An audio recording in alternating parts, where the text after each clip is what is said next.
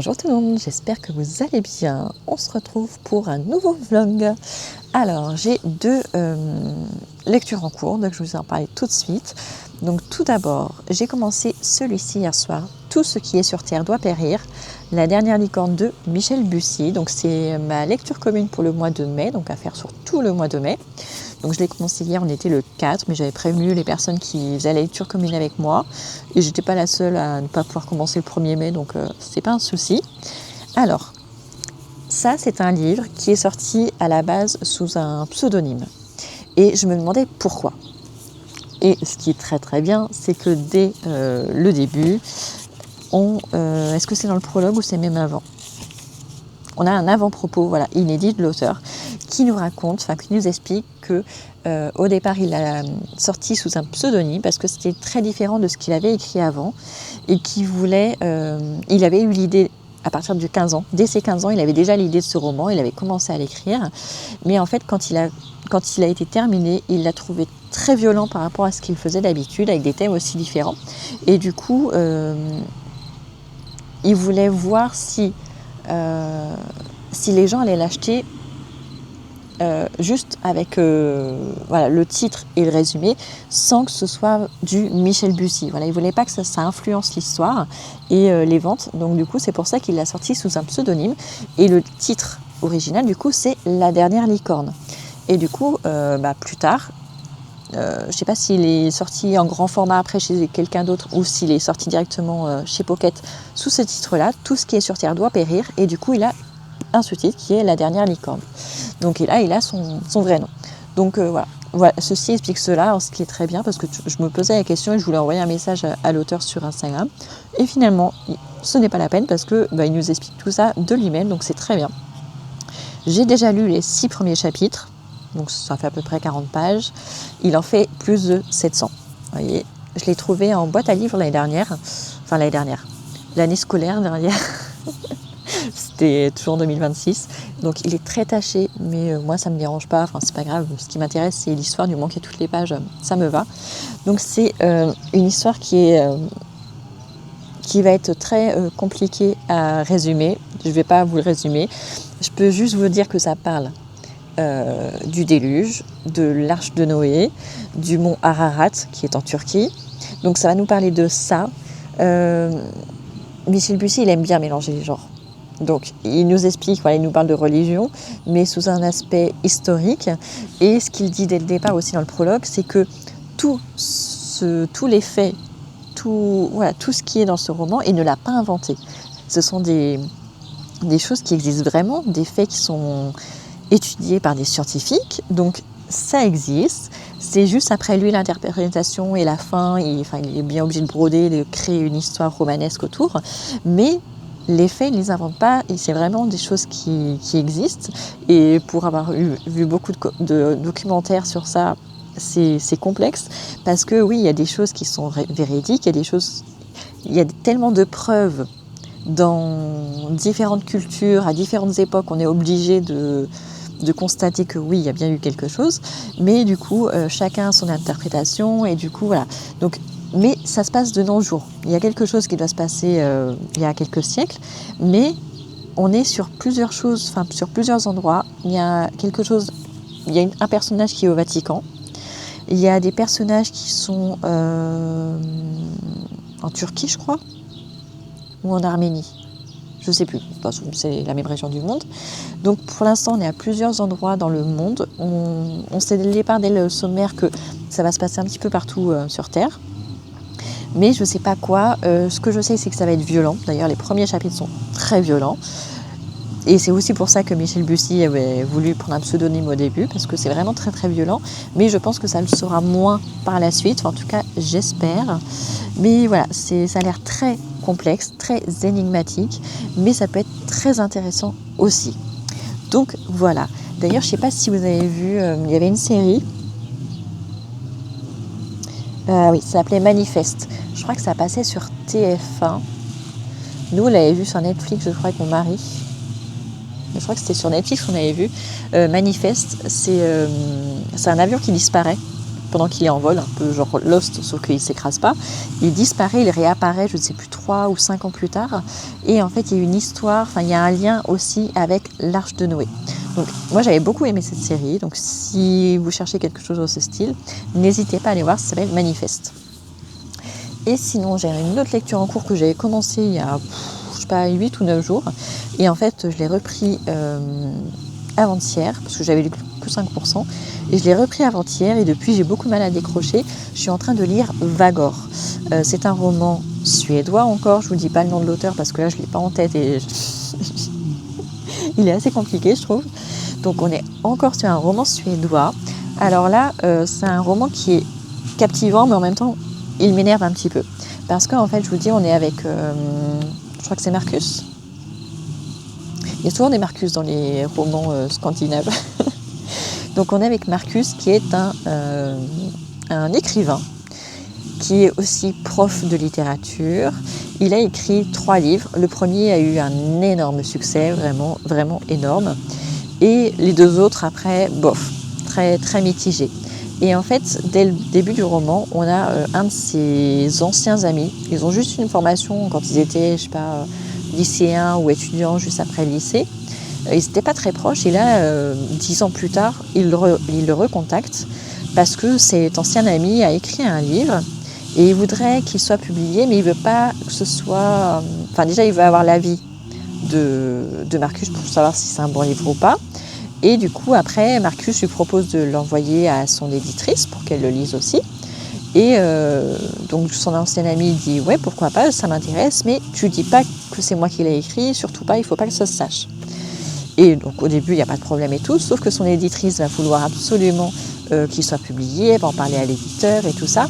Et en fait, Marcus lui dit dès le départ, c'est pas moi qui l'ai écrit, attention, c'est pas moi.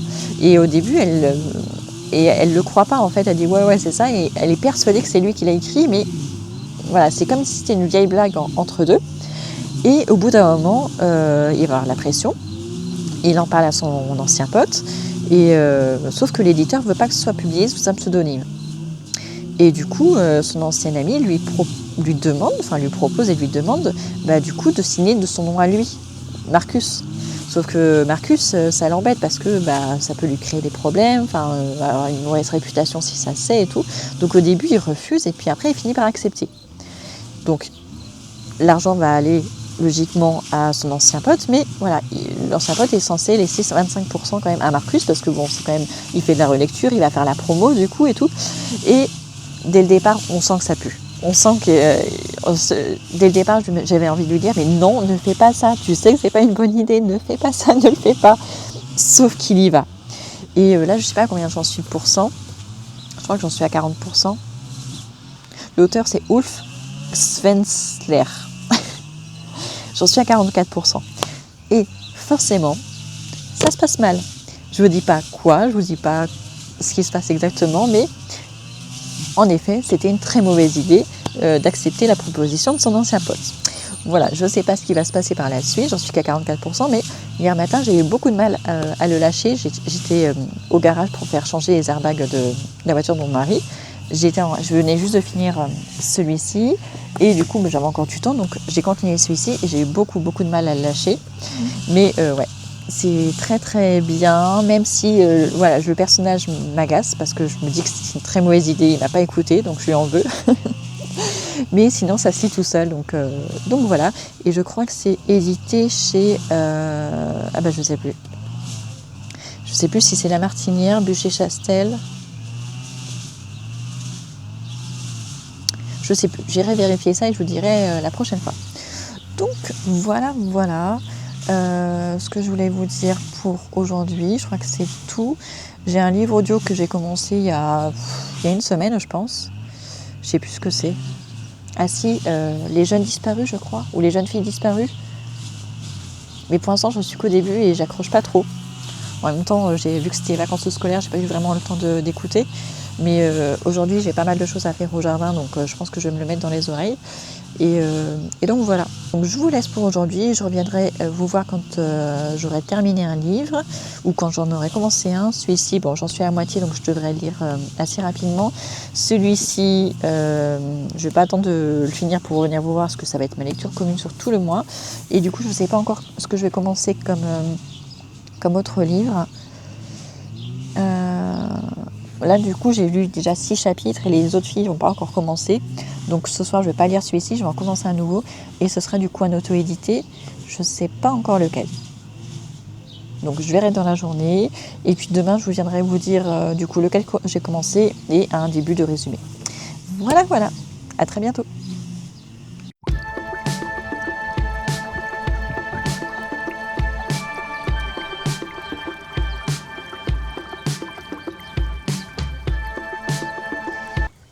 Salut tout le monde, nous sommes vendredi matin.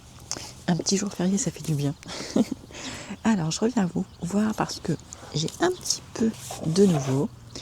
Notamment, j'ai lu cette pièce de théâtre, L'île du petit écran, d'Éric Bertrand. L'auteur me l'avait envoyé gentiment, gratuitement, suite à ma lecture de Lire et pas lire à sa vue, que j'avais adoré, ça va être un coup de cœur. J'ai lu un autre livre de lui, Dévalisé, mais là, j'avais pas du tout accroché. Et donc là, moi, j'aime bien le théâtre, mais ça fait très longtemps que je n'avais pas lu. Donc là, c'est une collection Ados sur les planches. Alors, je ne sais pas s'il a écrit avec des ados ou pour des ados, mais c'est aux éditions Morven. Celle-ci, facilement. L'autre soir, j'avais pas envie de commencer un nouveau roman. J'étais fatiguée. Je me dis, bah, pourquoi pas. Je l'ai lu dans la soirée. Il fait quoi 50 pages, donc c'était parfait. Alors, je vous lis la 4e de couverture, parce que c'est très simple. En 2084, les antennes du pouvoir en place ont l'idée de produire une nouvelle émission de télé-réalité en exhumant les vieilles références du petit écran. L'île du petit écran, tel est le nom de ce nouveau programme révolutionnaire. Y participent de jeunes volontaires qui, ne connaissant pas encore le véritable objectif de la production, s'engagent corps et âme sur un plateau où règnent déjà défiance et narcissisme. Ils ne sont pas au bout de leur surprise, pour le plaisir et l'édification du spectateur. Donc, comme vous avez pu le voir, c'est en 2084. Donc on surfe sur 1984 de George Orwell, c'est un petit peu dans ce style-là pour le ton et tout. La seule chose, enfin j'ai bien aimé, c'est sympa, c'était léger, mais j'avais l'impression que c'était pas complet en fait. Il m'aurait fallu un... Là en fait c'est comme si on avait qu'on avait que le début de l'histoire mais on n'avait pas la fin. Donc du coup c'était un petit peu embêtant pour ça. Mais sinon c'était bien écrit, c'était drôle, c'était des petites anecdotes, enfin des références à ce que on connaît nous, ou ouais, enfin c'était plein de petits pics, fallait avoir les refs, mais sinon c'était très très chouette. J'ai bien aimé, ça m'a fait passer une bonne soirée, donc je suis contente de l'avoir enfin lu. Sinon, quelque chose qui n'a rien à voir avec ce dont je vous parle d'habitude, mais j'ai lu avec les enfants ce livre-là l'autre soir, Prout Prout, aux éditions Lito, de Sandrine Lamour et Marianne Barcillon. Alors je crois qu'on l'avait déjà emprunté, mais je ne l'avais jamais lu moi. Alors soit on l'avait emprunté, on l'avait rendu, soit un de mes enfants l'avait lu au plus petit, je sais plus. Mais oui, parce que Madi m'a dit qu'il avait déjà lu lui. Donc je sais pas si c'était avec la maîtresse, avec la médiathécaire ou tout seul, je sais plus. Mais du coup l'autre soir je l'ai lu avec mon plus jeune fils et il y avait ma fille de 11 ans à côté et heureusement, parce que j'étais tellement mort de rire qu'à un moment je pouvais pas lire. Donc Prout Prout, c'est l'histoire d'une autruche qui enfouit sa tête dans le sable. Elle est très très pressée, elle est toujours très pressée cette autruche.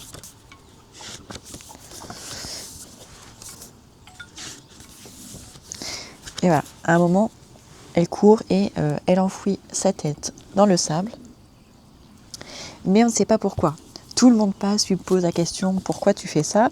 Elle leur répond, mais en fait comme elle a la tête dans le sable, on comprend pas tout, on comprend que certains bouts de mots, et ce n'est qu'à la fin qu'on comprend ce qu'elle leur dit, mais c'est trop tard. Mais j'étais morte de rire. Je crois que ça faisait très très longtemps que je ne m'étais pas retrouvée à être morte de rire comme ça pour un livre pour enfants. Mais c'était tellement drôle. Ma fille, elle m'aidait pour les phrases dites par l'autruche parce que je n'y arrivais franchement pas. Donc on l'a lu à deux voix finalement. Et mon fils qui était à côté, lui finalement, il l'avait déjà entendu avec la maîtresse, je crois. Mais je suis très contente de l'avoir lu. Et en plus, les dessins, les personnages des dessins sont vraiment extra, c'est trop marrant. Ils ont des bonnes têtes, trop drôle. Enfin, moi j'ai beaucoup aimé. Donc ça c'est un livre qu'on a emprunté à la médiathèque, mais je pense qu'on va se l'acheter. Je vais essayer de voir si je peux le trouver d'occasion parce que franchement il est excellent, il est trop drôle et les dessins sont très jolis.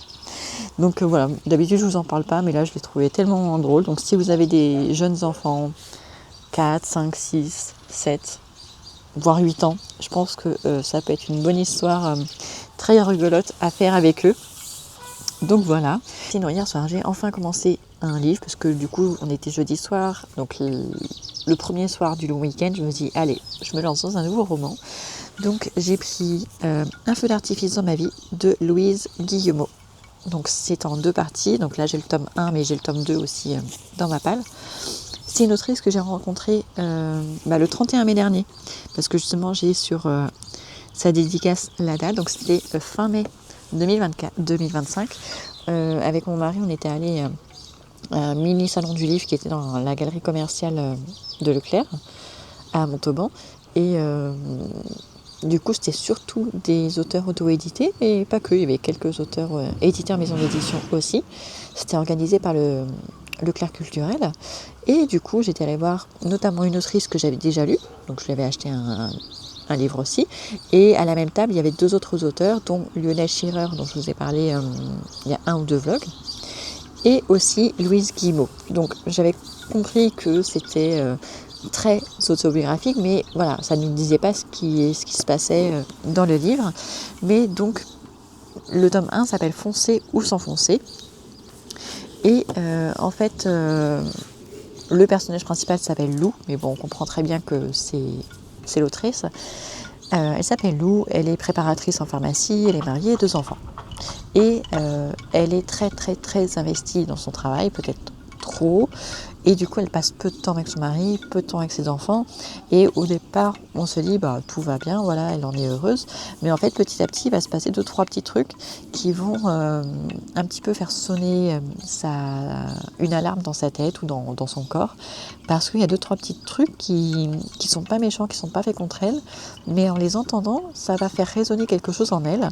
Et donc voilà, par instant, elle nous raconte sa vie. Voilà, comment se passent ses journées.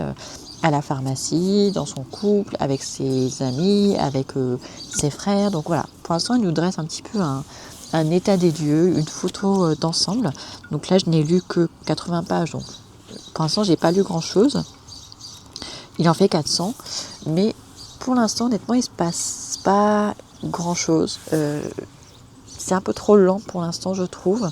C'est un peu dommage, je pense qu'on aurait pu aller un petit peu plus vite sur le début. Mais bon, après, c'est un roman autobiographique, donc forcément, on prend son temps d'expliquer les choses. Et puis, je pense que ça a un petit côté,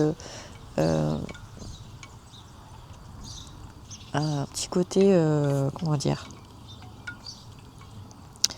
pas médical, mais je veux dire, ça permet aussi de poser sur le papier ce qu'on a vécu pour mieux le vivre. Et puis voilà. Voilà, donc pour l'instant, j'ai pas lu grand chose, 80 pages, mais je pense que je vais le lire dans le week-end parce qu'il se lit très très vite, c'est quand même écrit assez gros.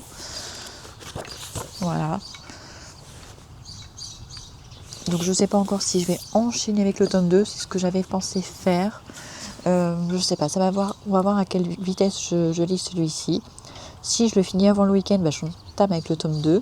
Si ça me prend tout le week-end, peut-être que j'espacerai avec un autre livre entre-temps. Mais du coup, je suis contente parce que ma pile à lire continue de descendre et ça, c'est très très cool. J'ai un autre service presse sur NetGalley qui est arrivé, qui a l'air très très bien aussi. Mais celui-ci, il est en audio. Donc, il faut que je finisse d'abord mon livre audio sur Spotify avant de commencer celui-ci. Et donc, voilà tout ce que je voulais vous dire pour ce matin. Il fait beau depuis hier. Les orages sont terminés pour l'instant, donc on profite. On profite du soleil, on profite de l'extérieur, du chant des oiseaux, des fleurs. Donc voilà, j'espère que vous allez passer vous aussi un bon week-end et on se retrouve du coup dans quelques jours quand j'aurai avancé sur ma lecture.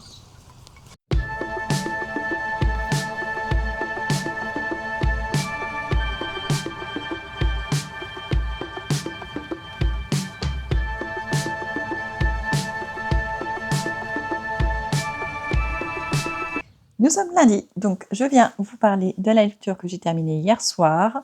Vraiment, ouais, ce week-end, c'est vraiment celui-ci que j'ai lu en priorité parce que j'étais presque à la fin. Donc, c'est Vagor de Ulf Svensler.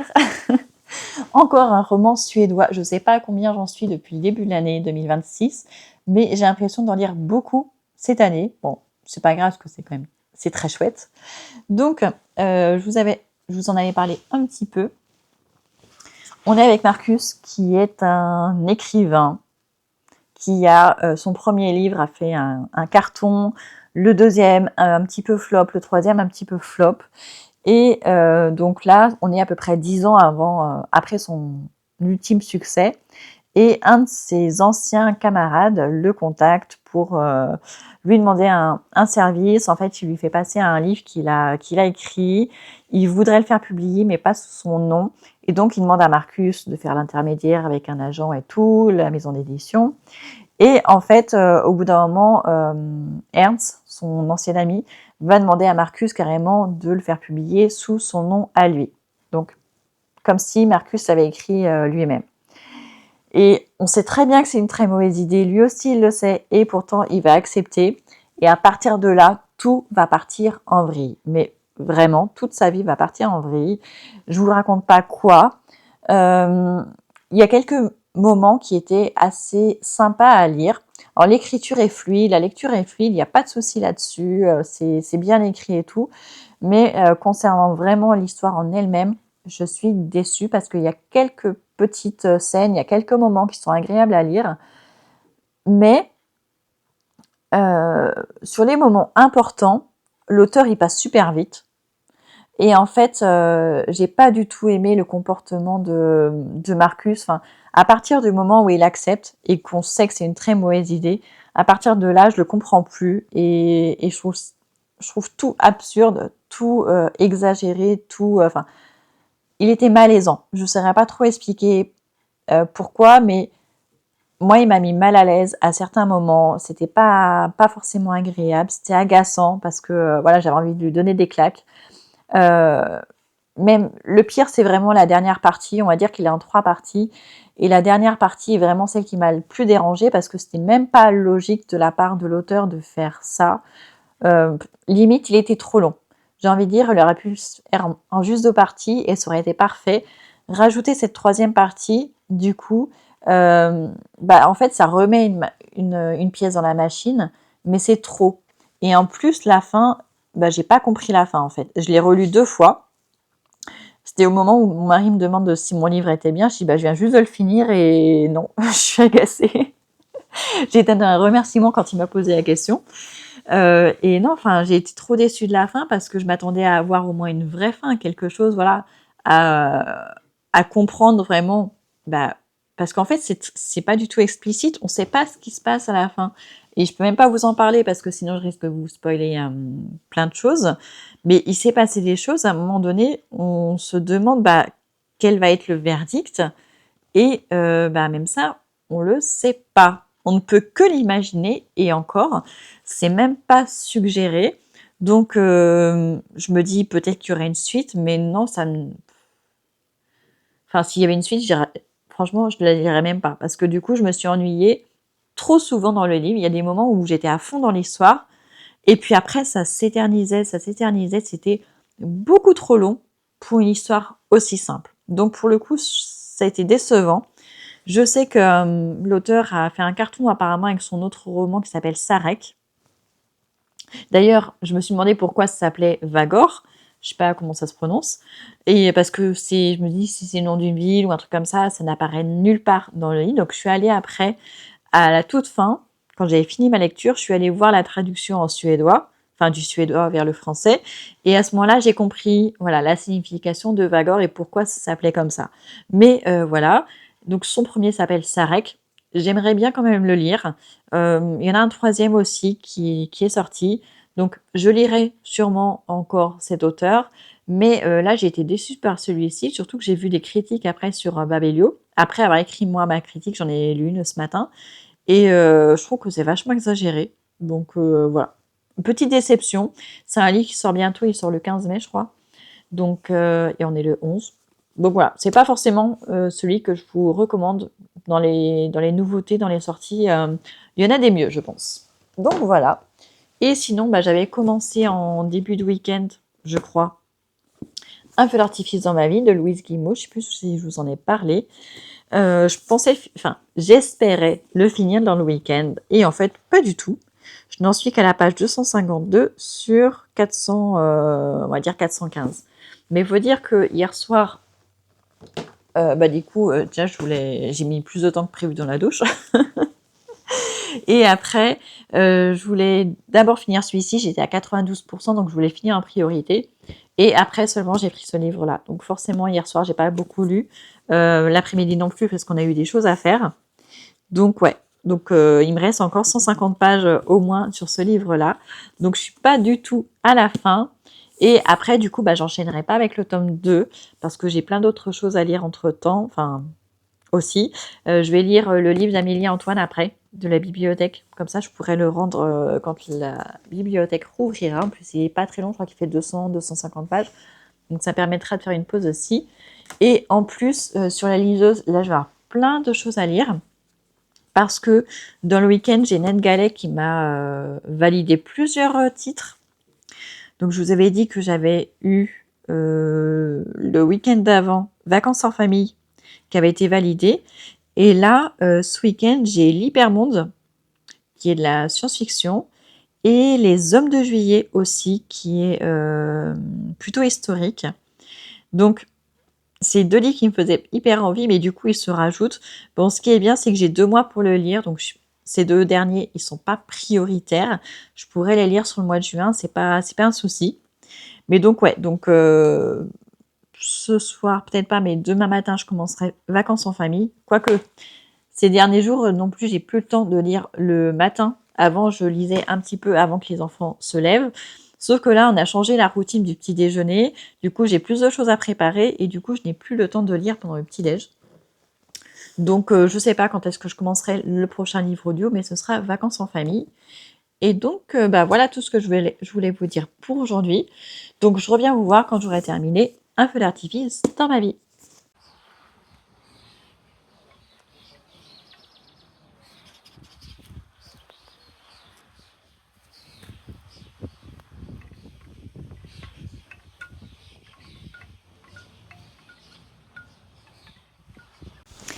Bonjour tout le monde. Bon, on se retrouve quelques jours plus tard pour clôturer ce vlog. Alors ça va être très rapide parce que j'ai terminé un livre, mais je ne vais pas vous en dire trop concernant ma lecture commune du mois de mai. Donc j'en suis là, j'ai pas beaucoup avancé. J'en suis à la page 108 sur 700 et quelques. Donc j'avance petit à petit. Malheureusement, la personne qui le lisait avec moi en lecture commune, la personne qui lisait avec moi en lecture commune l'a abandonné, ça correspond pas du tout à ce qu'elle aime. Elle adore Michel Bussy, mais celui-ci ça passe pas et je le comprends tout à fait parce que le jour où elle me l'a annoncé, je m'étais justement posé la question de l'abandonner ou pas. Je me suis dit, bon, je lui redonne une chance ce soir. Je l'ai continué le soir même et j'aime bien, donc je vais continuer même si c'est très violent. Et pour l'instant, il n'y a pas les éléments que j'aime chez Michel Bussy. Mais on va voir la suite. Sinon, quand je vous ai pris la dernière fois, je crois, j'étais en train de lire Un feu d'artifice dans ma vie de Louise Guillemot. Donc j'étais dans le premier tome. Je l'ai terminé hier matin.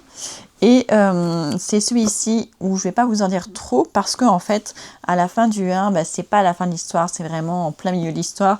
Et donc j'ai enchaîné aussitôt avec le tome 2. Donc j'ai lu un tiers hier soir, donc je pense que celui-ci va se lire un petit peu plus vite.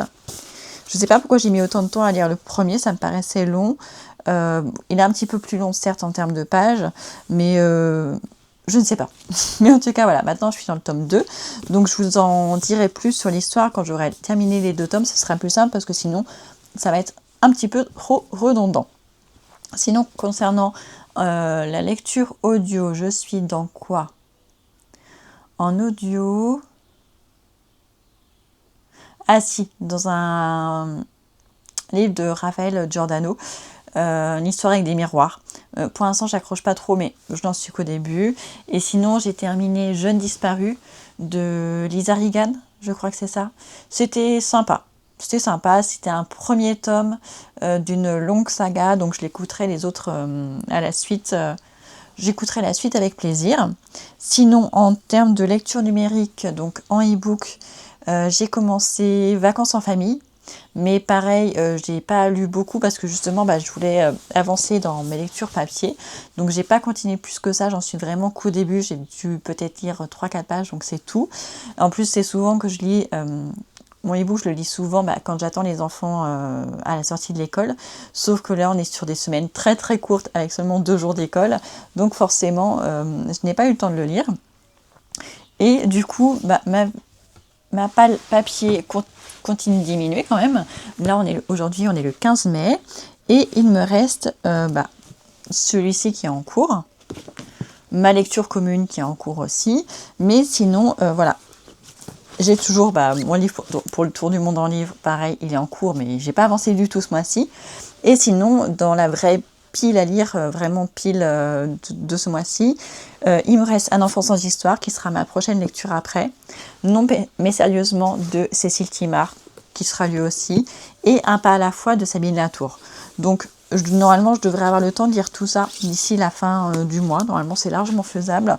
Je vais mettre un petit peu plus de temps pour mes lectures numériques, mais c'est pas grave, j'ai le temps. Sur NetGalley on a 2 mois et là, j'ai plus envie de lire les livres papier parce que ça m'a frustrée en début de mois et fin du mois d'avril de voir que ma palle papier ne diminuait pas. Mais en fait, c'est parce que j'ai lu beaucoup en numérique. Donc voilà, puis j'avais pas spécialement beaucoup de temps non plus. Et sinon, du coup, j'ai fait un petit peu de tri tout à l'heure dans ma bibliothèque parce que là, on est dans ma chambre. Ça fait longtemps qu'on n'a pas filmé dans ma chambre. J'ai ma pile à lire totale, donc à peu près 80 livres. Un petit peu moins, je suis passée en dessous des 80. Mais du coup, je l'ai un petit peu rangé parce que du coup, ces derniers temps, on essaie de réorganiser un petit peu certains endroits de la maison. Et du coup, quand je ne savais pas où mettre un truc, notamment au niveau de mon bureau, je le ramenais dans ma chambre, je le mettais dans ma bibliothèque où normalement il n'y a que ma pile à lire. Et du coup, c'était un petit peu la pagaille. Donc là, j'ai refait un petit peu de tri. Du coup, j'ai remonté les livres qu'Aurélie m'a offert pour Noël parce que du coup, j'avais complètement oublié, c'était tout en bas. Donc du coup, sur les 12 qu'elle m'a offert, pour l'instant, je n'en ai lu qu'un. Non, 2. J'en ai lu 2, je crois. Oui. Ghost, je crois que c'était Aurélie qui me l'a offert. En fait, je sais même plus. 1, 2, 3, 4, 5, 6, 7, 8, 9, 10. Si, il y en a 10 là, donc ça veut dire que j'en ai lu 2. Donc c'est bien ça. Donc ça, 2, alors qu'on est déjà au mois de mai, donc on est le 5e mois, donc j'aurais dû en lire 2 de plus au moins, puisque normalement j'avais prévu d'en lire un par mois, mais c'est pas grave, ce sont pas des très gros livres, donc je pourrais les caser un petit peu plus tard. Et je vois que donc ça c'est ma lecture commune du mois de mai. Là j'ai celle du mois de juin, du coup, Sac d'os, je crois, et je crois qu'il y en a un que j'ai dû déplacer. Je crois que j'avais mis La ligne noire aussi dans les lectures communes, je pense. Donc je sais plus si c'est juin ou juillet, je sais plus. Donc je vais le remettre en haut parce que du coup il avait été déplacé, je ne sais pas pourquoi. Et du coup ça me fait dire que en voyant qu'il me restait plus que 2 lectures communes prévues, sachant que je les ai prévues depuis le mois de janvier, voilà, j'avais fait 6 mois en faisant un par mois. Du coup, puisque là après il va me rester que 2, je vais pouvoir envisager de choisir mes lectures communes pour donc là, mai, juin, juillet, donc ça veut dire que août, je pensais avoir choisi pour août pourtant. Est-ce que j'ai mon téléphone sur moi? Oui. On va regarder ça tout de suite. Je vais regarder sur l'application lecture commune. Alors, Ah mais oui, il est où lui? Ah, il est là. Ok. J'avais bien prévu aussi. Donc, pour le mois de juin, c'est Angers Démon. Voilà.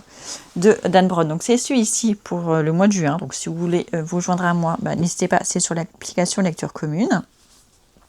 Avec le même pseudo, lié avec Aurore. Juillet, c'est Sac d'os. Et la ligne noire de Jean-Christophe Granger, c'est au mois d'août. Voilà, donc j'ai encore jusqu'au mois d'août, donc j'ai encore 3 mois.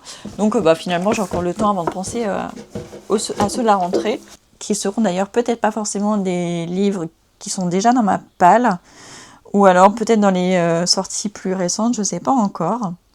Notamment, je me suis acheté Guillaume Musso, je sais pas, en mars ou avril. Le dernier Guillaume Musso, donc je ne l'ai pas encore lu. Donc pourquoi pas peut-être le lire en lecture commune sur septembre. Pourquoi pas, ça pourrait être sympa si je le lis pas avant. Et puis j'ai d'autres livres aussi qui me plaisent bien. Je me dis que ça pourrait être sympa de les faire en lecture commune. Donc je verrai bien. Je verrai bien. Mais en tout cas, je suis contente parce que voilà, ma pile à lire commence à descendre. Ça fait plaisir à voir, ça fait plaisir de lire des livres que je voulais lire depuis longtemps, notamment celui de Louise Guillemot, parce que je vous disais l'autre jour, la dédicace date du 31 mai 2025, donc ça veut dire que ça faisait presque 1 an que je voulais les lire en plus, mais je trouvais pas le temps, je les casais pas forcément, parce qu'en plus je savais que si je lisais le 1, il fallait que je lise le 2 dans la foulée, parce que c'est vraiment une seule histoire, donc il faut vraiment pas s'arrêter, enfin ce serait dommage parce que... Voilà, on s'arrête en plein milieu de l'histoire. Donc c'est vraiment important d'avoir les deux. D'ailleurs, c'est pour ça que j'avais acheté les deux dès le départ. Parce que en plus, en tant qu'auto-édité, ils ne sont pas forcément disponibles partout. Donc j'avais préféré acheter les deux dès le départ. Et j'ai bien fait. J'ai très très bien fait. En plus, ils sont vraiment magnifiques. Vous voyez, ils sont très ressemblants, mais ils sont quand même différents. Mais voilà. Voilà tout ce que je voulais du coup vous dire aujourd'hui, c'était vraiment pas grand chose. Donc je vais clôturer ce vlog ici et du coup on se retrouve dans quelques jours quand j'aurai fini ce livre là pour vous en parler un petit peu plus en détail. Voilà, j'espère que vous avez passé un bon moment de visionnage. N'hésitez pas à me dire ce que vous lisez vous en ce moment, si je vous ai donné envie de lire certains livres et on se retrouve dans quelques jours. Ciao ciao.